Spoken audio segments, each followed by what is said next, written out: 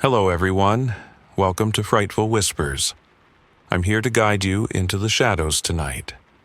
I know you're using this video to unwind and drift off to sleep. So, before we begin, don't forget to like the video and subscribe to the channel. Where are you watching from? And what time is it for you? Now, get cozy, relax, and let the whispers of the night take over. It was just another long night on the road, the kind of night I was used to. Endless highway stretching out in front of me, the hum of the truck engine my only companion.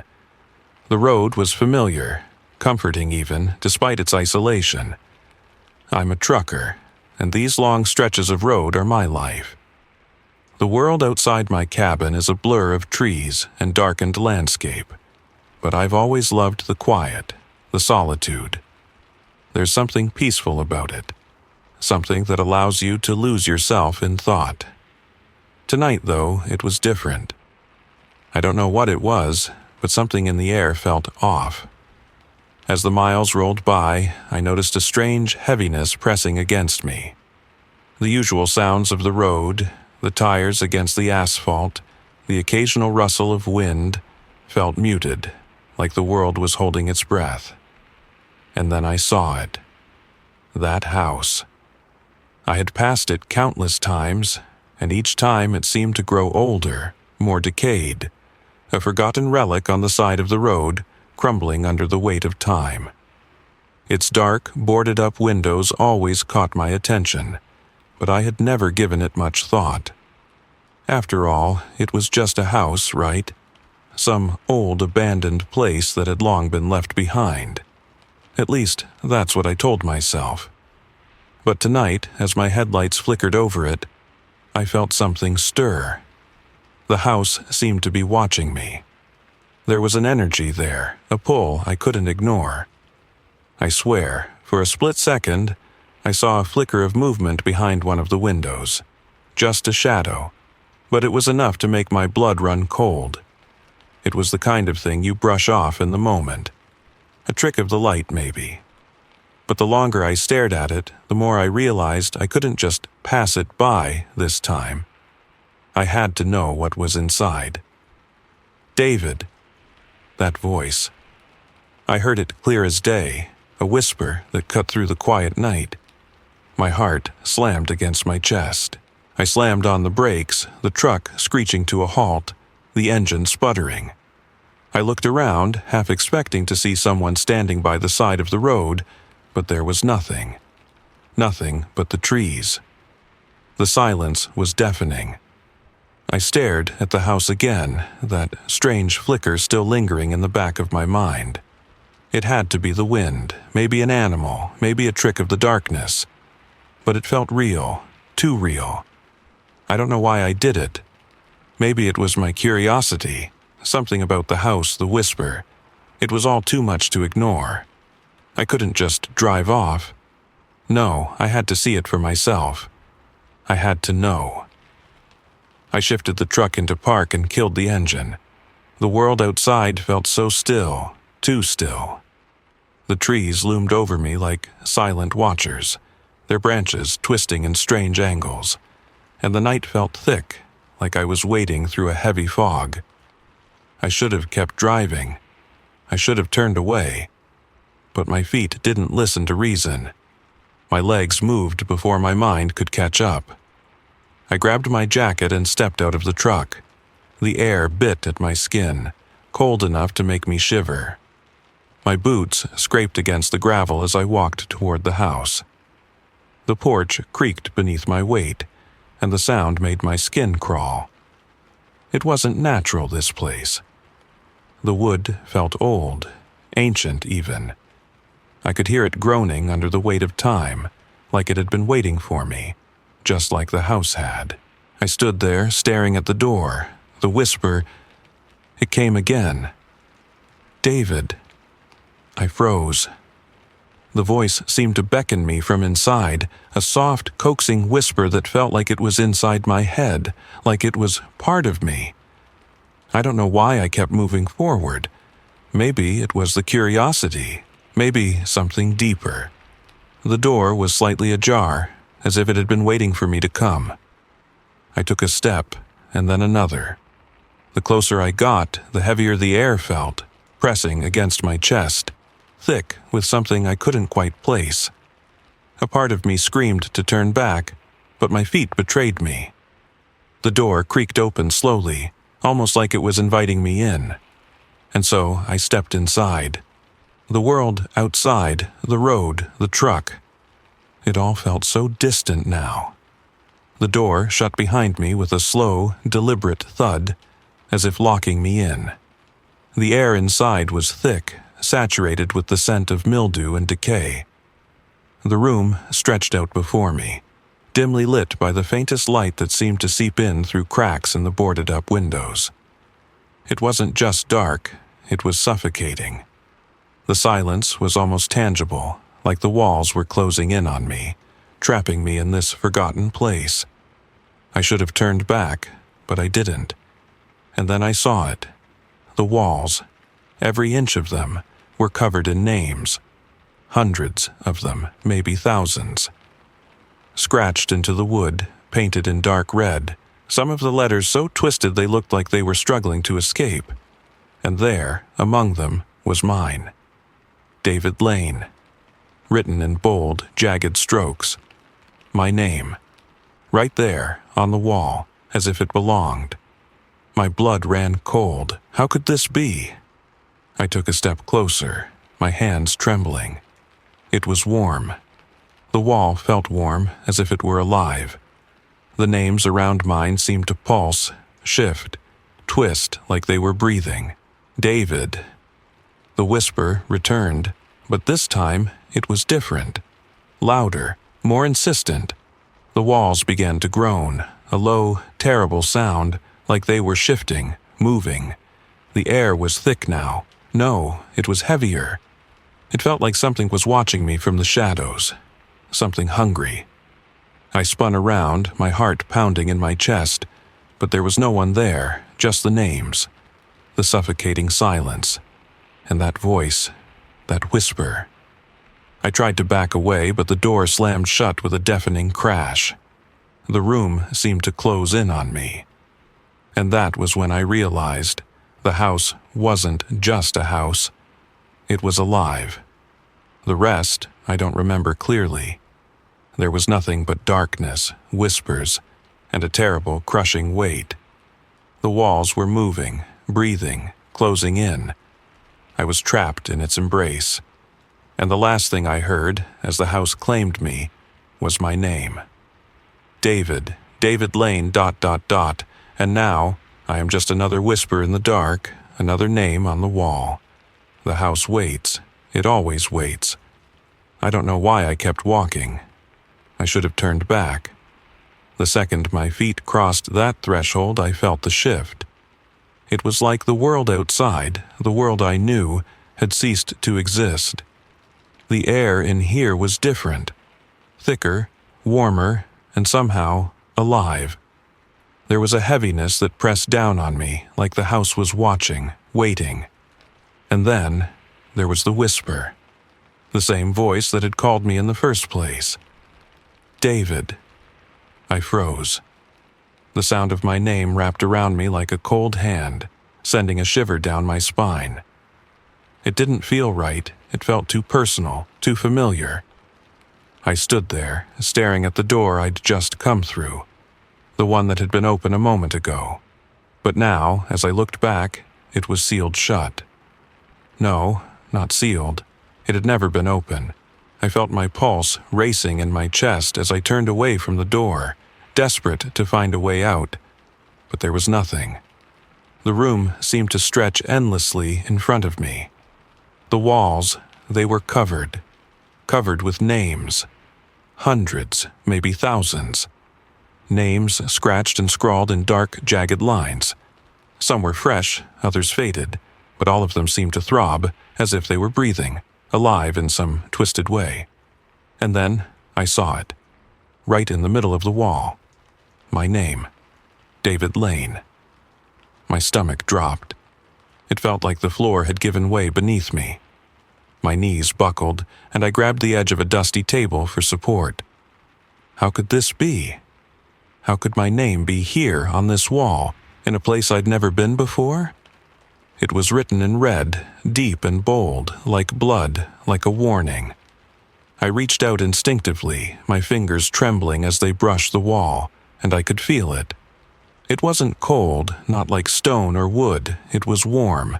The wall, it was warm. As though the house itself was alive, breathing with the very essence of the names it had claimed. David. That whisper again. But this time, it wasn't coming from the walls. It was all around me. I spun, my heart pounding in my chest, searching for the source. The shadows in the room seemed to shift, bend, like they were alive too. My breath quickened, and that's when I saw them. Hands. Cold, skeletal fingers, creeping up from the floorboards like they were reaching for me. Slowly, methodically, as if they had been waiting for years, decades, even centuries. The nails were black, curling, and the fingers moved, ever so slightly, stretching toward me. I gasped, stumbling back, but the hands didn't stop. They kept crawling, the bones scraping against the wood like nails on a chalkboard. My heart thudded painfully in my chest. I had to get out. I had to leave. I turned, desperately searching for the door, but the room, it didn't look the same. The walls seemed to bend and pulse, shifting as though the space itself was twisting. The door, the escape, was no longer there. I was trapped. I took a step back, my mind spinning. The walls, they seemed to stretch farther, looming over me, their surfaces crawling with names. Names that had started to blur together. My own name, my very essence, was mixed in with others, mingling with people I didn't know, souls who had been consumed by this place, this thing. The names, they weren't just names anymore, they were patterns. They were alive. They squirmed, wriggled, as if they wanted to break free from the walls and into the room, into me. David. It was louder now, almost like a chant. 1,000 voices, all calling me, all pleading for something. The hands on the floor. They moved faster now, scraping quicker, dragging themselves toward me. I wanted to scream, but my throat was tight, choking on fear. I backed away, but the hands kept coming, the walls kept shifting, and the air was suffocating. I felt like I was drowning in it. The names on the walls were no longer just written, they were pulsing, they were breathing. And the whispers, they were growing louder, merging with the walls, with the floor, with everything. The house itself seemed to be alive, its very existence feeding on the fear, the panic, the terror that was radiating off me. David. I turned, but there was nowhere to go. The room was closing in on me. The walls had become fluid, bending and curving like they were part of the very night, part of the air itself. My legs felt like they were moving through molasses, every step heavier than the last. I glanced down, and that's when I saw them. The figures, shadows in the corners of the room, shapes that flickered in and out of existence. They were people, but not really. They were nothing more than silhouettes, twisted and broken. Their faces were blurred, faded, but their eyes, those eyes, were unmistakable. They were eyes filled with hunger, with torment, eyes that had seen something unspeakable, and now they were part of the house, part of the darkness. They were trapped, just like I was. A scream tore at my throat, but it was stuck there. The house wouldn't let me scream. The air wouldn't let me breathe. I looked at the walls again, the names. My name was there, but now it was different. It had twisted, merged with others, and as I stared at it, I felt something inside me change. I didn't know how, but I knew I was no longer just David Lane. I was becoming one of them. The house was feeding on me, and it was hungry. I don't know how much time has passed. Everything feels like it's slipping away, stretching into a haze. Seconds feel like hours, and hours feel like minutes. The room, the house, keeps shifting around me, like it's alive, breathing. The shadows flicker and twist at the edge of my vision like they're teasing me, daring me to blink so they can move closer. The weight in the air grows heavier, thicker. It presses down on my chest, squeezes the life out of me. I try to move, but my feet are glued to the floor. The walls seem to lean in, almost like they're watching me, waiting for me to make a mistake. And then it happens. The whisper. David. It's softer this time, almost soothing, like a lullaby. But beneath that gentle tone, I feel something darker, something malicious. My skin crawls. The voice seems to come from everywhere, echoing through my mind, and I can feel it in my bones. The room starts to pulse. The walls tremble, and the names, they shift. I don't know how, but they begin to twist, to writhe like living creatures, like worms slithering beneath the surface of the wall, and that's when I see it. It's no longer just a house. I mean, it never was, but now I understand. The walls, they're alive. The house is alive. I take a step back, my hands trembling. My heart is hammering in my chest, but it's no use. The walls close in. The names that were once static are now crawling across the plaster, twisting into shapes, becoming something more than words. They pulse with life, and I feel like I'm drowning in them, suffocating under their weight. And then I hear it. No, I feel it. The floor beneath me shifting. The ground is moving. The house is moving. I'm no longer standing in a room. I'm in its belly. A deep, guttural voice rumbles from the walls. You shouldn't have come, David. I freeze, my breath catching in my throat. That's when I realize the house is speaking. It's not just the walls moving anymore. The house itself is alive, and it knows me. It knows my name. I look around desperately, trying to find any escape, but the room is no longer a room. It's a tunnel, a winding corridor that stretches out into infinity. The walls, the floor, the ceiling, they all bend and pulse like they're breathing. The names, they're still moving, but now they're merging, blending together until they form shapes, figures, faces. And then I see it. My name, my own name. But it's not just written on the wall, it's alive. The letters twist and writhe as though they're part of the house itself. As if the house ate me, and now my name is a part of it. I feel it in my chest. The house doesn't just consume your body, it takes your soul, your identity, your very essence. And it's starting with me. My head spins, my vision blurs. I try to scream, but no sound comes out. The air is too thick, too heavy to let me breathe. I feel my body changing. The walls are pulling me toward them. The shadows in the corners of the room begin to shift, and I swear I can see faces in them. People, trapped like me. Their mouths open in silent screams, their eyes wide with terror. They're trapped, just like I will be.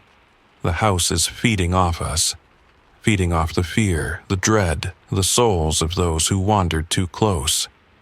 It takes them, and it doesn't let go. We are its food, its nourishment. Suddenly, the walls groan. The floorboards creak beneath my feet as they start to rise. The house is moving. I can feel it in every inch of my skin, in my very bones. The hands, they're still there. Those skeletal fingers are crawling across the floor, reaching for me, grasping at my ankles, pulling at my legs, dragging me down. David. The voice is now a low, rumbling growl that fills the room. It comes from everywhere, from the walls, from the floor, from the very air. I try to pull away, to run, but my body won't move, I'm trapped. My legs are heavy like they're made of lead. The walls close in tighter, and the whispers grow louder, all of them chanting my name. I turn around, and that's when I see it. A figure in the corner. At first, it's just a shadow, a flicker of movement, but then it becomes clearer. It's a person, a figure, a silhouette, standing motionless in the corner of the room. Their face is blurred, like it's been smeared with something, like it's been erased. But their eyes are wide with horror. Their mouth opens, and I see the terror, the pleading, but no sound comes. Just silence. And then, like everything else in this place, they fade away, vanished. The house swallows them whole, just like it's going to swallow me. My feet move against my will. The names, my name, the whispering, all of it is pulling me, dragging me toward the wall, toward the place where my name is written, toward my fate. The house doesn't let you leave. It doesn't let you escape. Once you're in, you're a part of it. Your name, your soul. It's absorbed into the very walls, into the very life of the house. And I know, deep down, that I will be just another whisper, just another face, just another name carved into its endless hunger. And then, everything goes black. I can feel it now. It's no longer a vague sensation, something that I could ignore, something that I could brush off. No, the house is alive. It has been all along, but now it's undeniable. The pulse, its heart, beats beneath the floorboards, reverberating through my chest. I swear I can feel it in my bones. It's like the walls themselves are breathing, like they're feeding off me, pulling me closer to the very core of it all. And the names, my name, among thousands of others. I see them. They're no longer just names etched into walls. They've morphed into something far worse. The words are twisting, moving, growing alive themselves. They writhe like worms in the dirt, contorting in ways I can't even comprehend. They're not just letters. They're screaming at me, shifting, trying to tear themselves free. It's as though they're all connected, as though they're part of the same thing, part of me. I stumble backward, but there's nowhere to go. The house isn't just an abandoned ruin. It's not just a broken-down structure. It's more like an organism, pulsating with its own sinister, insatiable hunger. It's moving, breathing. It feels like the room itself is alive, like the walls are closing in on me. The air becomes thick, heavier with every breath I take. It's not air anymore, it's suffocating. I can't breathe, but I need to fill my lungs with something other than this weight, but it's impossible. The air presses down on me, the house presses down on me. And then a shift, a movement that catches my eye. At first, I think I'm imagining it, my mind breaking down under the weight of what's happening around me. But it's there, undeniably. Something is moving in the shadows. Something wrong. Something that should not be there. The shadows on the edges of the room. They're alive. I see them stretch and flicker, twisting like serpents in the dark. They aren't shadows anymore, they're figures. Tall and malformed, with limbs too long and faces too twisted to comprehend. Their skin is a pale, sickly gray, and their eyes are black, empty, hollow. They move, they reach, they're coming for me. I don't know how to explain it, but I can feel them now. I can feel their presence, the oppressive weight of their hunger. They're not like normal people. No, these things are more like wraiths. Their movements are too slow, too deliberate. But their eyes, those eyes, they see me. And they want me. I want to scream. My throat is tight, and every time I open my mouth, my voice dies in my chest. The shadows continue to stretch, coil, and move toward me, their limbs unnaturally long, twisting at impossible angles, their mouths open wide, impossibly wide. I can see something terrible inside, something black and endless. A void that drinks light, that eats sound. I try to turn, to run, but my feet feel like they're cemented into the floor. My legs don't work. I can't move. The house has taken me. It has rooted me here, and I am no longer my own. I am part of it. I am part of this thing. The shadows move faster now. The figures grow clearer. They're coming. Closer, faster, like they're awakening, like they've been waiting for me. They're reaching out, their arms stretching, their fingers curling toward me with deadly intent. David. The voice, my name, crawls through my thoughts. It comes from all directions, 100 voices, 1,000. It's not a whisper anymore, it's a roar, a cacophony of sound that fills my head, drowning out everything else. It's the voices of the house, the voices of the lost, the ones who have come before me, the ones who have been swallowed by this place. The shadows close in, their eyes empty, their mouths wide and hungry. I want to scream, to run, but my body doesn't move. My heart pounds in my chest, but it's slow, sluggish, like it's being squeezed by the walls themselves. The house is suffocating me. The walls are bending, shifting, growing like they're made of flesh, like they're closing in on me, pulling me deeper. And then, the floor shifts beneath me. I look down, and I see them, roots. Black, twisted roots pushing their way up through the floorboards, thick and pulsing. They move like snakes, crawling toward me, wrapping around my legs. The house is taking me, pulling me into itself. The roots stretch up, curling around my ankles, my knees, pulling tighter, digging into my flesh. David. The voice is right there in my ear. It's inside my head. I can feel it burrowing deeper, like the house is speaking through my own thoughts. I try to move, but the roots won't let me. I try to scream, but my voice is caught in my throat, suffocated by the house, by the weight of it all. The shadows reach out for me, their hands grasping, pulling me toward them, pulling me into the center of the room. The air is thick, choking. I feel like I'm drowning in it. The walls are collapsing inward, the house is closing in on me. There's nowhere to go. There's no escape. And then I see it. In the corner of the room, a figure. Barely visible, like a flicker of movement, but as it steps into the dim light, I can see it clearly. It's a person. At least it used to be. Now it's just a shadow, a thing. Its face twisted, its body skeletal and hollow.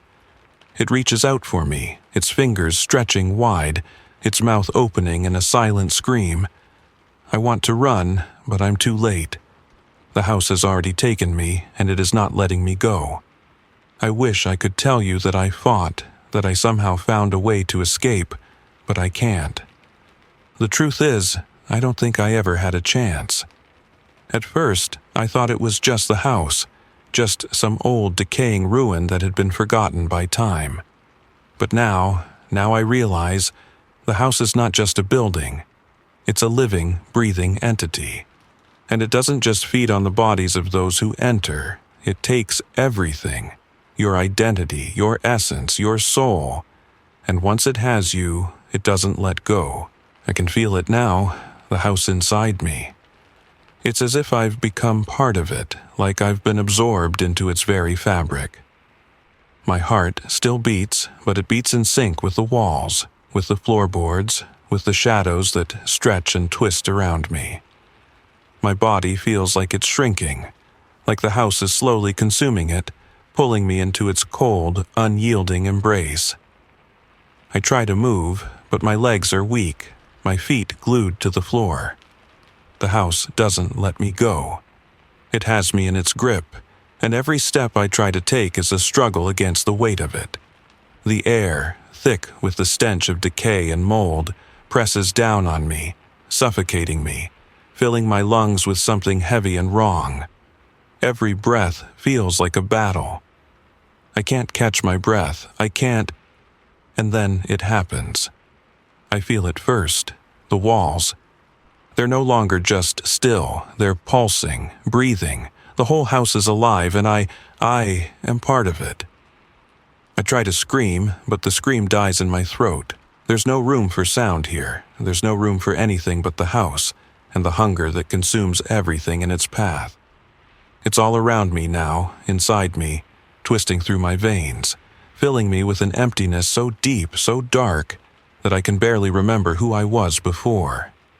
The walls, the very walls that once seemed so distant, so cold, have begun to move. I can see them stretching, bending in ways that defy logic, in ways that should be impossible. The shadows stretch with them, growing longer, deeper. The very house seems to be breathing in unison with me, my body and the walls becoming one. I look down at my hands, and I almost don't recognize them. They're pale, almost translucent, like the skin is peeling away, like the house is feeding on my very flesh. And then I feel something pulling at me, deep inside. It starts in my chest, an icy pressure, and spreads throughout my body like vines, wrapping around my ribs, squeezing the life out of me. The house is inside me. It's pulling me into itself, becoming part of me. I'm no longer David Lane, not really. I'm just a name on a wall now, just a whisper in the darkness. I can feel the shift, feel the change as my mind splinters, like a piece of my very identity is being erased, replaced by something else, something dark, something hungry. David, the voice calls again, but it's not a whisper anymore. It's inside me. It's part of my thoughts, part of my very consciousness.